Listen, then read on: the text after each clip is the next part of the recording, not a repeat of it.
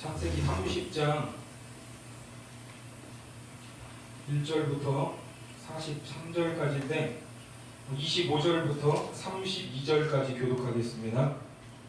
창세기 30장 25절부터 32절까지 교독하겠습니다. 라헬이 요셉을 낳았을 때에 야곱이 라반에게 이르되 나를 보내어 내 고향 나의 땅으로 가게 하시되 내가 외삼촌에게서 일하고 얻은 처자를 내게 주시어 나를 가게 하소서. 내가 외삼촌에게 한 일은 외삼촌이 하시나이다. 라반이 그에게 이르되 여호와께서 너로 말미암아 내게 복 주신 줄을 내가 깨달았노니 내가 나를 사랑스럽게 여기거든 그대로 있으라. 또 이르되 내 품삯을 정하라. 내가 그것을 주리라. 야곱이 그에게 이르되 내가 어떻게 외삼촌을 섬겼는지 어떻게 외삼촌의 가축을 쳤는지 외삼촌이 아시나이다. 내가 오기 전에는 외삼촌의 소리가 듣더니 반성하여 때를 입었으니 내 발이 이르는 곳마다 여호와께서 외삼촌에게 복을 주셨느니라. 그러나 나는 언제나 내 집을 세우리이다. 라반이 이르되 내가 무엇으로 내게 주랴. 야곱이 이르되 외삼촌께서 내게 아무것도 주시지 않아도 나를 위하여 이 일을 행하시면 내가 다시 외삼촌의 양떼를 먹이고 지키리라. 오늘 내가 외삼촌의 양떼에 두루 다니며 그 양 중에 아롱진 것과 점 있는 것과 검은 것을 가려내며 또 염소 중에 점 있는 것과 아롱진 것을 가려내리니 이 같은 것이 내 품삯이 되리라. 아멘. 예, 창세기 30장 말씀은 크게 두 부분으로 나눠져 있습니다. 이 첫 번째는 레아와 라헬의 시기 질투를 통해 야곱의 아들들이 더 태어나게 되는 내용이고, 그리고 두 번째는 더 많아진 가족, 이 한 일가를 이룬 야곱이 외삼촌 라반으로부터 독립하려는 내용입니다. 지난 시간에 야곱은 라헬을 사랑하게 되면서 외삼촌 라반이 품삯을 정하고 일을 하라고 했는데 품삯은 필요 없으니 누구를 달라? 7년 동안 일을 할 테니 라헬을 달라고 했습니다. 그렇게 외삼촌의 집에서 라헬과 연애하며 보낸 이 7년은 며칠처럼 훅 지나갔습니다. 드디어 이 라헬을 아내로 맞이하는 결혼식 날이 되었고 외삼촌 라반은 온 동네 사람들을 불러모아 결혼잔치를 벌였습니다. 그런데 누구도 생각하지 못했던 일이 벌어지는데 결혼식의 신부가 라헬이 아닌 언니 레아로 바꿔진 것입니다. 외삼촌 이제 이 장인이 된 라반이 이 사기를 친 거예요. 야곱에게. 이 생각지 않은 이 사기를 당한 야곱은 하루아침에 아내가 몇 명이 되죠? 2명이 되어버렸습니다. 여러분, 이 한 남자에게 두 여자가 있으면 2배로 행복할까요? 예? 야곱의 결혼 생활이 행복했겠습니까? 아닙니다. 야곱의 아내가 된 레아와 라헬도 행복하지 않았습니다. 레아는 하나님이 불쌍히 여겨서 아들들은 잘 낳았는데 남편의 사랑을 받지 못했습니다. 남편의 사랑을 받지 못하는 여인이 어떻게 행복할 수가 있겠습니까? 또 라헬은 남편의 사랑을 독차지하고 있었지만 아이러니하게도 그것이 이유가 되어서 자녀를 낳지 못했습니다. 당시 자녀를 낳지 못하는 여인은 이 벌거벗은 것과 같은 큰 수치를 안고 살아야 했기 때문에 라헬 역시 행복한 삶이라고 말할 수 없는 것입니다. 자, 그렇다면 야곱은 어떨까요? 야곱, 오늘 본문 1절 말씀에 보면 라헬이 자기가 야곱에게서 아들을 낳지 못함을 보고 그의 언니를 시기하여 야곱에게 이르되 내게 자식을 낳게 하라. 그렇지 아니하면 내가 죽겠노라. 언니는 아이도 잘 낳는데 나는 왜 아이를 못 낳는 것이냐? 나도 임신하게 해라. 지금 이것이 야곱의 잘못입니까? 야곱도 자기가 사랑하는 라헬의 아이를 갖기 원했을 것입니다. 그런데 아이를 낳지 못하는 라헬의 이 큰 스트레스를 지금 누가 받고 있습니까? 야곱이 그대로 받고 있습니다. 사실 라헬로서는 언니를 시기할 수밖에 없죠. 남편의 사랑만 있으면 될 줄 알았는데 하나님이 언니의 태만 열어주시니까 아들을 4명이나 낳은 레아가 마치 누구처럼 진짜 이 메인이 된 것처럼 그렇게 분위기가 흐르고 있었습니다. 자, 이런 상황이 라헬에게는 죽을 만큼 힘든 상황이었어요. 내게 자식을 낳게 하라. 그렇지 아니하면 내가 죽겠노라. 내가 죽겠대요. 이미 죽었다는 말입니다. 전통적으로 여자들이 아들을 낳지 못하면 좋은 대우를 받을 수 있었습니까? 없었습니까? 받을 수 없었죠. 우리도 이 사극에서 보면 왕의 여자들은 누가 먼저 아들을 낳을 것인가로 암투를 벌입니다. 아무리 왕의 부인, 이 중전마마의 자리에 있어도 대를 이을 왕손을 낳지 못하면 그 자리까지도 위태로워질 수 있습니다. 라헬도 언젠가는 아이를 낳겠지 이렇게 기다리고 있었는데 언니 레아가 4명의 아들을 낳는 동안 아무런 소식이 없으니까 점점 마음이 다급해지고 있었습니다. 하지만 야곱은 이 모든 자녀들이 누구로부터 온다? 하나님께로부터 오는 것임을 알았습니다. 2절 말씀 같이 읽겠습니다. 시작. 야곱이 라헬에게 성을 내어 이르되 그대를 임신하지 못하게 하시는 이는 하나님이시니 내가 하나님을 대신하겠느냐. 결국 라헬은 자기가 아이를 낳지 못하니까 자기 시녀를 야곱에게 줍니다.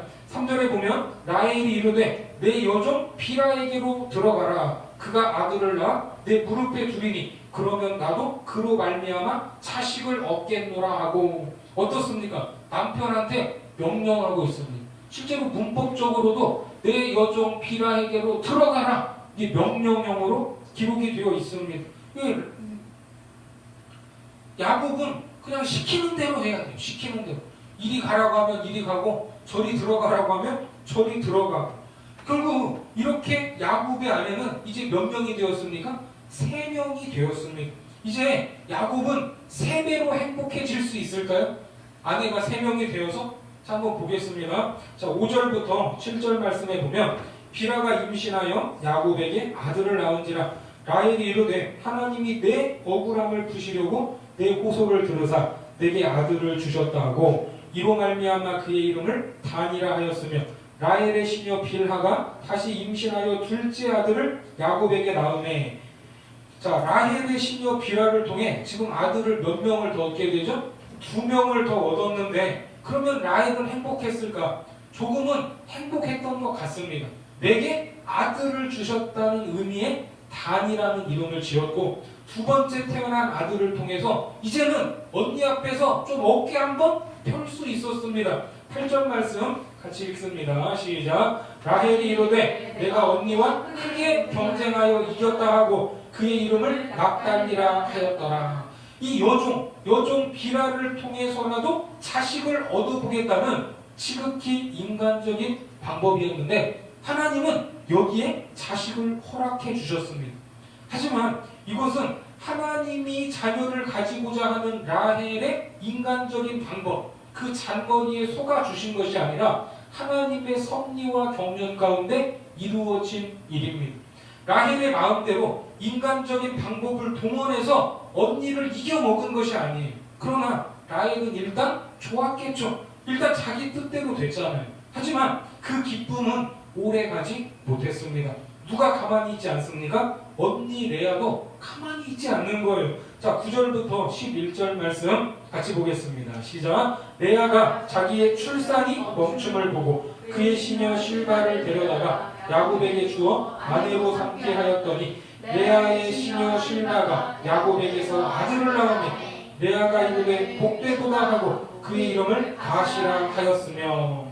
레아는 야곱의 사랑을 받지는 못했지만 그래도 장자부터 시작해서 아들을 4명이나 낳았습니다.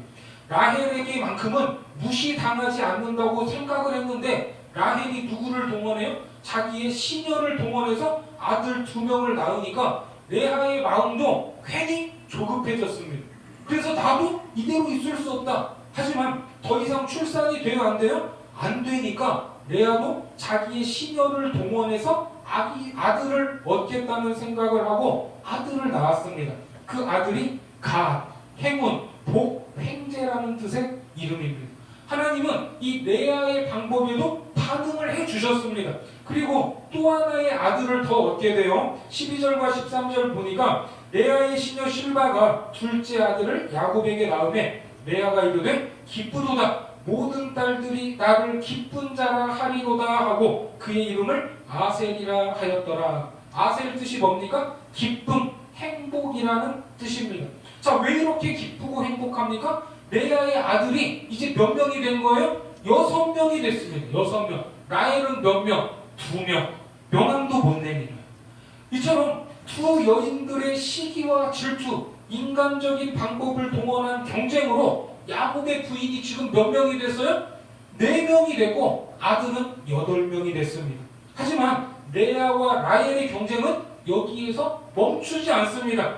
14절 말씀 같이 읽습니다. 시작. 밀을 거둘 때 르우벤이 나가서 들에서 합한 채를 얻어 그의 어머니 레아에게 드렸더니 라헬이 레아에게 이르되 언니의 아들의 합한 채를 청구하노라. 자, 여기에 나오는 합한 채. 합한 채는 뭐냐면 이게 흰독 말풀이래요. 흰독 말풀. 이 약초인데 이게 어떤 성분이냐면 최음제, 강장제, 임신 촉진제로 사용이 됐습니다. 르우벤이 밖에 나갔다가 주워온 것을 레아에게 줬더니 라헬이 그것을 알고 레아에게 청구하노라. 이게 아주 부드러운 말이에요. 언니 그거 나 주면 안 될까? 나 줘라 하고 이렇게 좀 아양을 떠는 상당히 굽히는 자세로 언니에게 부탁한 것입니다. 사실 이 시녀들까지 동원한 두 자매의 싸움으로 번졌지만 라헬은 어떻게든 누구 자녀를 갖고 싶겠어요. 자기가 낳은 자녀를 갖고 싶어서 이 합한 채 임신 촉진제라도 한번 써보고 싶었던 것입니다. 이 레아의 마음이 심정적으로는 이해가 돼요. 이해가 됩니다. 하지만 이 라헬의 마음이 심정적으로는 이해가 됩니다. 하지만 이 레아의 반응이 좋아요, 안 좋아요? 좋지 않습니다. 레아도 자녀를 더 가지고 싶은 마음이 있었습니다. 그래서 15절 말씀에 보면 레아가 그에게 이르되 네가 내 남편을 빼앗은 것이 작은 일이냐? 그런데 네가 내 아들의 합한 채도 빼앗고자 하느냐? 라헬이 이르되 그러면 언니의 아들의 합한 채 대신에 오늘 밤에 내 남편이 언니와 동침하리라 하니라. 자, 레아가 내 남편을 빼앗은 일, 서로 내 남편이라고 하죠. 이 남편 일로 따지니까 라헬이 오늘 밤에 그러면 야곱을 언니한테 넘길 테니까 그 합한 채 내게 달라고 합니다. 그러니까 지금 이 야곱에 대한 주도권은 누가 쥐고 있는 거예요? 자식이 없었지만 라헬이 야곱에 대한 주도권을 잡고 있었습니다. 그 주도권으로 지금 언니와 거래를 하는 거예요. 야곱은 저 푸른 초원 위에 그림 같은 집을 짓고 사랑하는 부인이랑 행복하게 살고자 했는데 원하지 않게 부인이 몇 명이 됐어요? 4명이 됐고 퇴근하고 집에 돌아오면 라헬이 정해주는 대로 오늘 밤에 저 방으로 들어가 하면 찍소리도 못하고 거기로 들어가서 잠자리를 가져야 했던 겁니다. 결국 그날 어떻게 됩니까? 16절 말씀 같이 봅니다. 시작. 저물 때에 야곱이 들에서 돌아오매 레아가 나와서 그를 영접하며 이르되 내게로 들어오라. 내가 내 아들의 합한 채로 당신을 삼노라. 그 밤에 야곱이 그와 동침하였더라. 어떻습니까? 야곱에게는 선택권이 없어요. 선택권이. 그냥 이리저리 팔려다녔습니다. 이게 얼마나 불쌍하고 피곤한 인생입니까? 그런 야곱의 삶이 행복하겠습니까? 이날 라헬은 합한 채를 샀지만 그날은 언니에게 이제 남편을 양보하고 아마도 이제 그 다음날 합한 채를 먹고 야곱과 동침했을 것입니다. 그런데 누가 합한 채를 먹은 라헬이 아니라 합한 채를 양보한, 합한 채를 판 레아가 아들을 또 낳습니다. 17절과 18절 말씀 같이 봅니다. 하나님이 레아의 소원을 들으셨으므로 그가 임신하여 5째 아들을 야곱에게 낳은지 레아가 이르되 내가 내 시녀를 내 남편에게 주었으므로 하나님이 내게 그 값을 주셨다 하고 그의 이름을 이사갈이라 하였으며. 자, 이사갈은 값이 있다, 보상이 있다라는 뜻입니다. 그러니까 임신하는 것은 합한 채 때문이 아니라 하나님이 나의 기도를 들어주셨기 때문이라고 고백하고 있는 겁니다.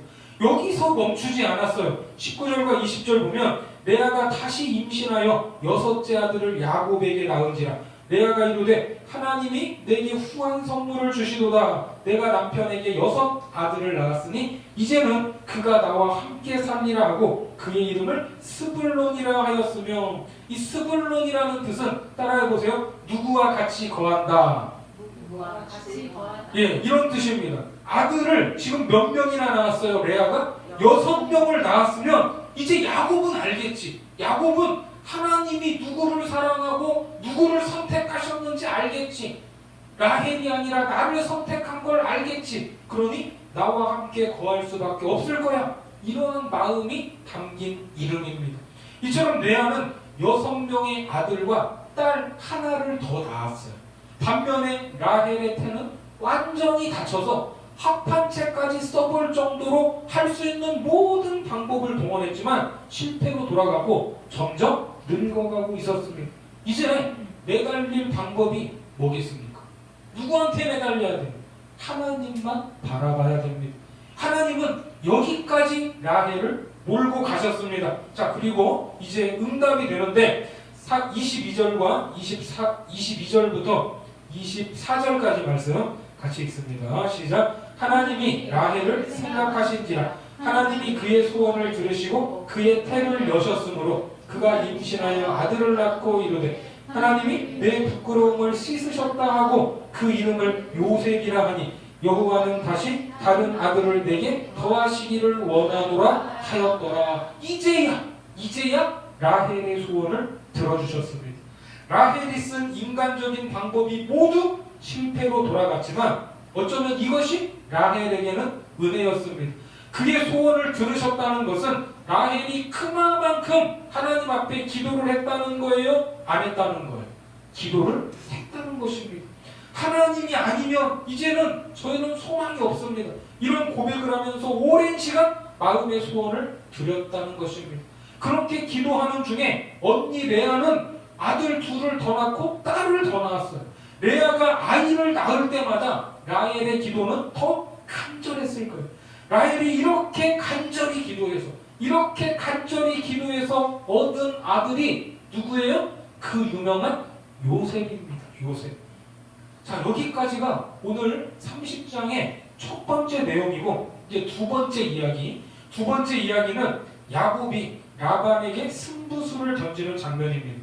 이제 야곱도 많은 자녀들을 거느리게 됐죠. 그리고 나이도 들어가면서 자기 고향에 대한 마음이 커지게 됩니다. 그래서 이제 이 외삼촌 라반에게 내가 언제까지 이 집에서 종살이만 해야 됩니까?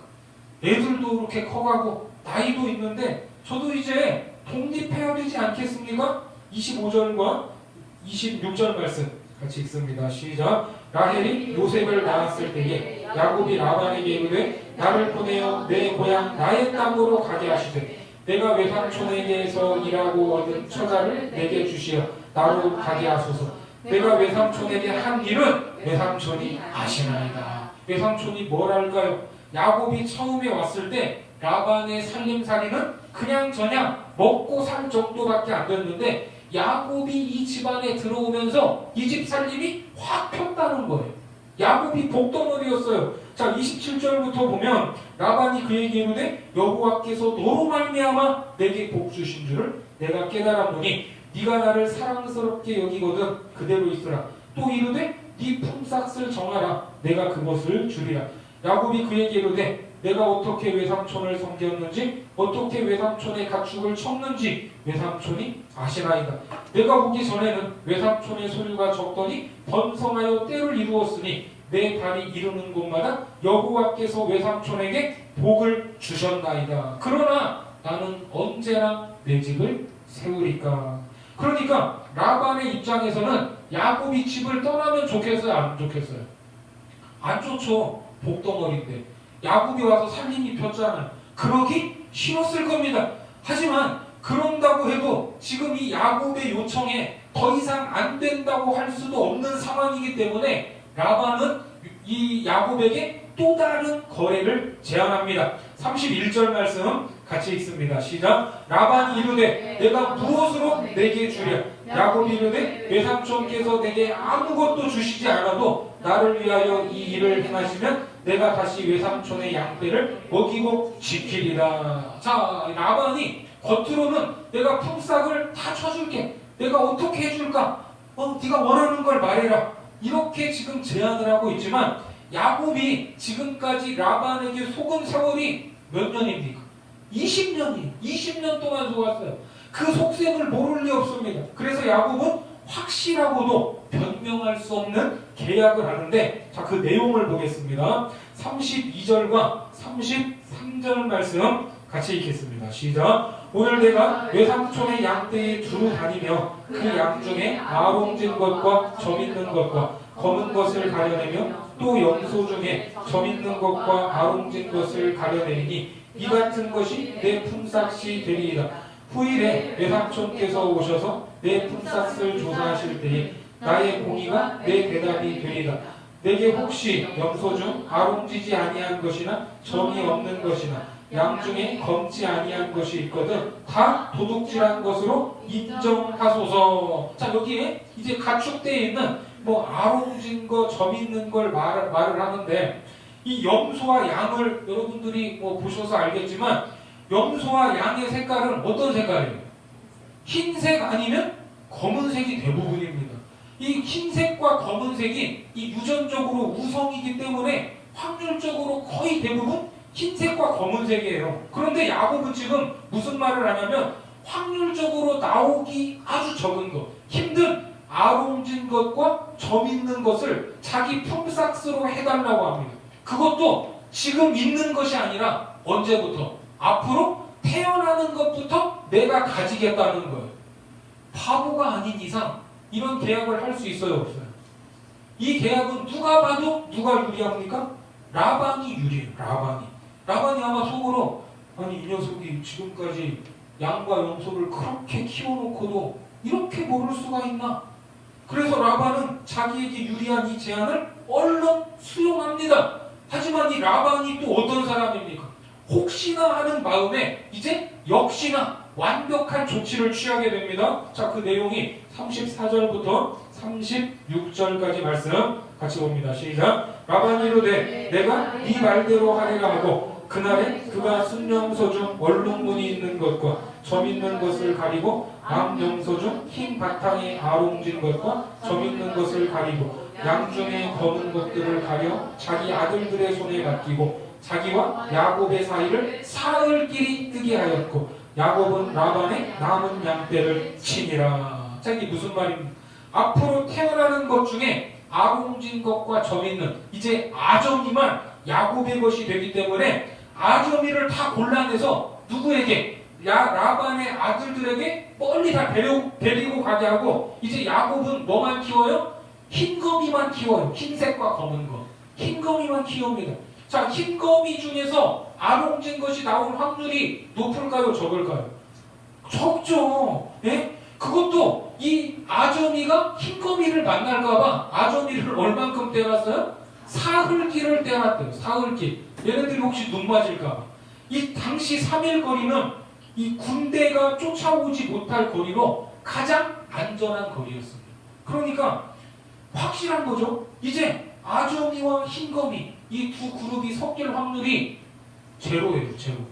0%입니다. 그러면 야곱은 이런 불리한 계약을 해놓고 이제 무엇을 하는가? 37절부터 39절까지 말씀 같이 한번 읽겠습니다. 시작. 야곱이 버드나무와 살구나무와 식풍나무의 푸른 가지를 가져다가 그것들의 껍질을 벗겨 흰 무늬를 내고 그 껍질 벗긴 가지를 양떼가 와서 먹는 개천의 물 구유에 세워 양떼를 향하게 하며 그때가 물을 먹으러 올 때에 새끼를 베니 가지 앞에서 새끼를 뱀으로 얼룩얼룩한 것과 점이 있고 아롱진 것을 낳은지라. 그러니까 이게 나뭇가지를 가져다가 껍질을 벗기니까 이게 어떻게 보여요? 얼룩얼룩하게 보이는 거예요. 그래서 그 옆에서 이 흰거미들이 새끼를 베게 했더니 흰거미가 나오는 게 아니라 뭐가 나와요? 아점이가 나왔다는 거예요. 아점이가. 이해가 되세요? 그러면 그 아점이는 이제 누구 겁니까? 아점이는 누구 거예요? 야곱의 것이에요. 야곱의 것. 새로 태어나는 아점이들은. 자, 그리고 또 40절부터 42절 같이요. 야곱이 새끼 양을 구분하고 그 얼룩무늬와 검은빛 있는 것을 라반의 양과 서로 마주보게 하며 자기 양을 따로 두어 라반의 양과 섞이지 않게 하며 튼튼한 양이 새끼 뵐 때에는 야곱이 개천에다가 양떼의 눈앞에 그 가지를 두어 양이 그 가지 곁에서 새끼를 베게 하고 약한 양이면 그 가지를 두지 아니하니 그렇게 함으로 약한 것은 라반의 것이 되고 튼튼한 것은 야곱의 것이 된지라. 자, 그렇게 이제 아점이가 태어나니까 자기 것 중에 건강한 것은 따로 골라서 새끼를 낳을 때 그 앞에다 또 뭘 놨어요? 껍질 벗긴 나무를 갖다 놓으니까 또 건강한 새끼가 태어나는데 이게 또 아점이가 나와요. 결국 강한 것은 야곱의 것이 되고 약한 것은 라반의 것이 된다는 말입니다. 이 말이 너무 놀랍죠? 그래서 어떤 사람은 야곱이 쓴 이 방법을 그대로 해봤다고 하는데 그거는 성경을 잘못 읽은 거예요. 지금 야곱이 사용하는 이 방법에 능력이 있습니까? 예? 야곱이 껍질 벗겨가지고 아점이가 태어났어요? 아닙니다.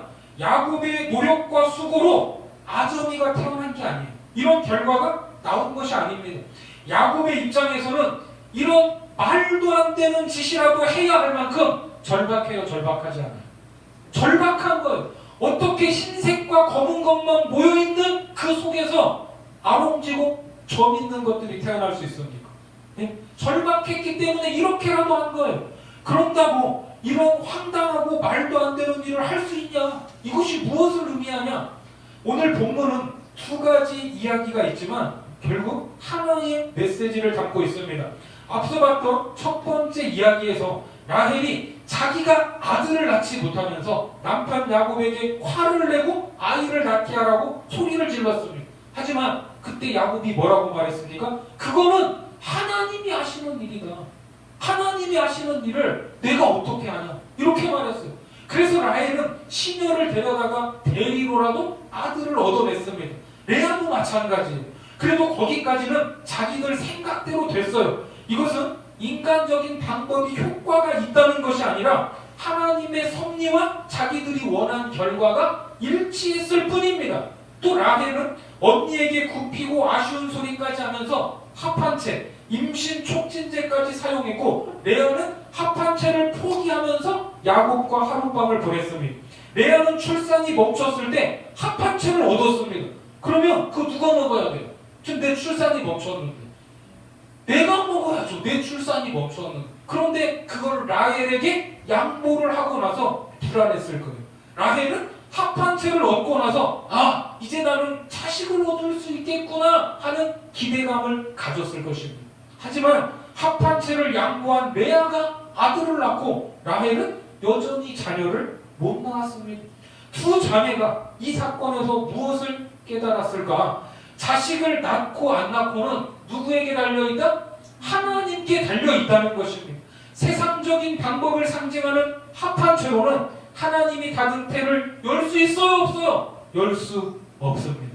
우리에게도 뭔가 일이 되지 않을 때 찾게 되는 합한채가 있을 것입니다. 내가 가지지 못하면 지금 이것이 없어서 안 되고 있다 이렇게 생각을 하고 내가 그걸 가지고 있으면 이거라도 있어서 다행이다라고 생각을 할 것입니다. 하지만 그렇지 않습니다. 합한채가 있어도 하나님이 섭리하지 않으면 아무런 소용이 없다는 것입니다. 하나님이 역사하셔야 돼요. 하나님이 라반에게서 벗어나고자 했던 야곱도 마찬가지입니다. 이제 독립하고 싶은데 라반의 손에서 도무지 벗어날 방법이 없어요. 마지막 방법으로 던진 승부수는 지금까지의 모든 것은 누구의 것으로? 라반의 것으로 인정하고 앞으로 태어나는 것 중에 확률적으로 나오기 힘든 아점이들만 가지겠다고 했습니다. 그런데 라반의 아들들이 아점이만 따로 모아서 사흘 길을 가버렸어요. 누가 봐도 바보 같은 계약을 한 겁니다. 그러나 양들이 물을 먹을 때 얼룩진 나뭇가지를 꽂으면 혹시나 양들이 그것을 보고 아점이를 낳지 않을까 하는 인간적인 기대를 했습니다. 오죽하면 껍질을 벗겨서 나뭇가지를 그 앞에 꼽았겠습니까? 그런데 그 방법밖에 없는 것 같았어요. 그 나뭇가지 하나를 꽂을 때 야곱의 심정이 어떻겠습니까? 네? 야곱의 심정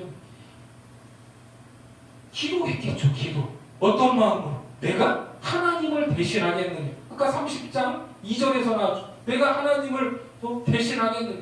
사람이든 짐승이든 누가 역사하시는 거예요? 하나님이 역사하시는 것입니다. 생명은 하나님의 손에 있는 것입니다. 야곱이 나뭇가지를 꽂았지만 그 나뭇가지를 보고 어떻게 흰거미들 사이에서 아롱지고 점 있는 새끼들이 나올 수 있습니까? 이게 상식적으로 가능한 일이에요? 과학적으로 이게 맞는 말입니까? 말도 되지 않습니다. 그럴 수 없습니다. 야곱이 하나님을 대신할 수 없는 일입니다. 하지만 그것을 꽂으면서 내가 하나님을 대신할 수 없습니다. 간절히 기도하고 하나님이 하실 줄로 믿고 그렇게라도 해봤더니 놀랍게도 하나님이 그 가운데 역사했음을 믿으시기 바랍니다. 야곱이 그 방법을 써서 그 결과가 나온 게 아니에요. 인간적인 방법이 통한 것이 아닙니다. 야곱은 사랑하는 아내와 자식으로만 가문을 만들고 싶었지만 하나님은 야곱을 통해 하나님이 기뻐하시는 이스라엘이라는 이 나라를 만들고자 꿈꾸셨습니다. 야곱이 만드는 야곱의 가문이 아니라 하나님이 만드시는 하나님의 가문이기 때문입니다. 하나님은 하나님의 가문을 위해서 이 충만함을 상징하는 몇 명의 아들이 필요했어요? 12명의 아들이 필요했습니다. 야곱의 방법, 야곱의 계획, 야곱의 잔머리가 완전히 무너질 때까지 하나님은 기다리고 또 기다리고 계셨습니다. 야곱이 20년을 발버둥 쳤지만 라반을 이길 수 없었어요. 그런데 모든 것을 내려놓는 순간 하나님이 역사하시고 이기게 하셨습니다. 하나님이 그렇게 역사하신 결과가 무엇입니까? 본문 43절 말씀 같이 봅니다. 시작. 이에 그 사람이 매우 번창하여 양떼와 노비와 낙타와 나비가 많았더라. 라반은 아저미를 모두 가려서 아들들에게 맡겨 사흘 길을 보냈는데 순식간에 새로 태어난 아저미들이 야곱과 함께 떼를 지어 있는 것을 보고 눈이 휘둥그레졌을 것입니다. 하나님만이 이처럼 놀라운 일을 하실 수 있습니다. 야곱은 이 사건을 통해 결혼하는 것도 자녀도 가문도 모두 하나님의 것임을 배웠습니다. 그래서 야곱의 인생에서 가장 중요한 일은 많은 자녀를 가지게 된 것도 아니고 많은 가축을 소유한 것도 아닙니다. 오직 하나님의 은혜로 내 가문이 세워졌고 오직 하나님의 도움으로 나의 소유가 늘었다 고백할 수 있는 이 믿음, 이 고백이 가장 중요한 것입니다. 그래서 이 땅에서 성화되어가는 우리도 이런 고백을 할 때까지 우리의 인생길을 걸어야 하는 것입니다. 때로 내 계획이 실패하고 내 생각과 방법이 통하지 않을 때가 있습니다. 그때에도 낙심하지 않기를 바랍니다. 그저 우리는 하나님을 더 바라보고 하나님만을 의지해야 합니다. 우리 존재가 하나님 앞에서 아무것도 아니라는 것을 고백하고 매 순간마다 확인해야 됩니다. 내가 하나님을 대신할 수 없습니다. 나는 할 수 없지만 하나님은 하실 수 있습니다. 이 고백 위에서 하나님은 역사하고 일하심을 기억하시기 바랍니다. 오늘도 내 앞에 놓여있는 모든 상황과 환경 속에서 세상의 합한 채보다 하나님의 역사와 능력을 기대하고 껍질 벗긴 나뭇가지보다 하나님의 손길과 도우심을 믿으며 나아가는 이 길가운의 모든 성도들 되시기를 주님의 이름으로 축원합니다. 기도하겠습니다. 하나님, 그 오묘한 섭리와 경륜으로 우리를 자녀 삼아 주시고 인생을 살아가는 순간마다 우리에게 찾아오셔서 하나님의 손길로 만들어가고 계심을 고백합니다. 때로 내가 마주한 상황을 이기기 위해 합한 채 세상의 방법을 동원하는 나의 모습을 보게 됩니다. 때로 누군가를 이기기 위해 껍질 벗긴 나뭇가지를 꼽기도 했습니다. 하지만 우리가 하나님을 대신할 수 없음을 고백하오니 내가 행하는 일에 섭리하여 주옵소서. 내가 행하고 있지만 나는 아무것도 아니라는 것을 고백하오니 우리의 삶을 전능하신 손길로 만지시고 도와주셔서 하나님의 복을 받는 그런 인생 되게 하여 주옵소서. 예수님의 이름으로 기도드립니다. 아멘.